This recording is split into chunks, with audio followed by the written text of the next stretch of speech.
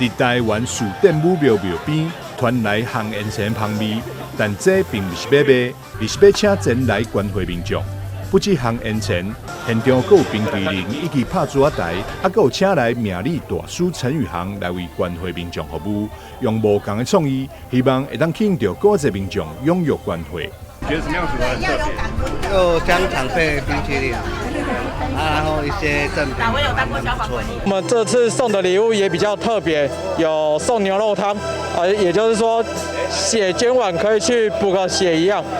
然后我们这次还有送船票，乌山头水库的，然后还有江南度假村的门票，就是为了吸引更多年轻人，可以一起共襄盛举。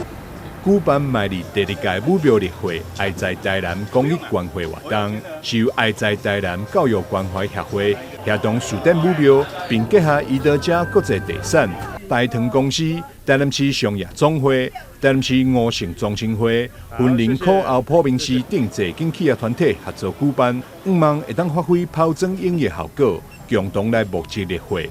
台湾4.5庙、宜德家国际地展事业，还有我们爱在台南教育关怀协会。一起共同主办号召了我们在地的企业，还有我们的许志村议员服务处这一边，来继续的办公益捐血活动。也希望这一次能达到单车250台以上。感谢这个吴理事长咱赞助，这算做第2次啦。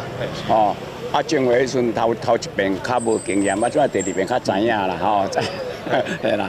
所以这个应该是办的会较成功啦。我们现在很缺血，对不对？大家假如能够共襄盛举的话，我相信今天所举办的活动，还有我们很多的协办单位相信大家都会很有爱心，也很高兴。捐血一代救人一命，这是大家耳熟能详的一个口号。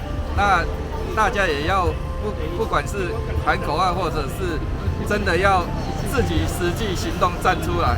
现场除了有吃嘛有通耍，主办单位还有准备武庙文创商品要来销售，同时还有配合市府天高力以及市警局防范宣导、活泼趣味活动安排，也和这次关怀活动总共募得268台日会，破了往年的纪录。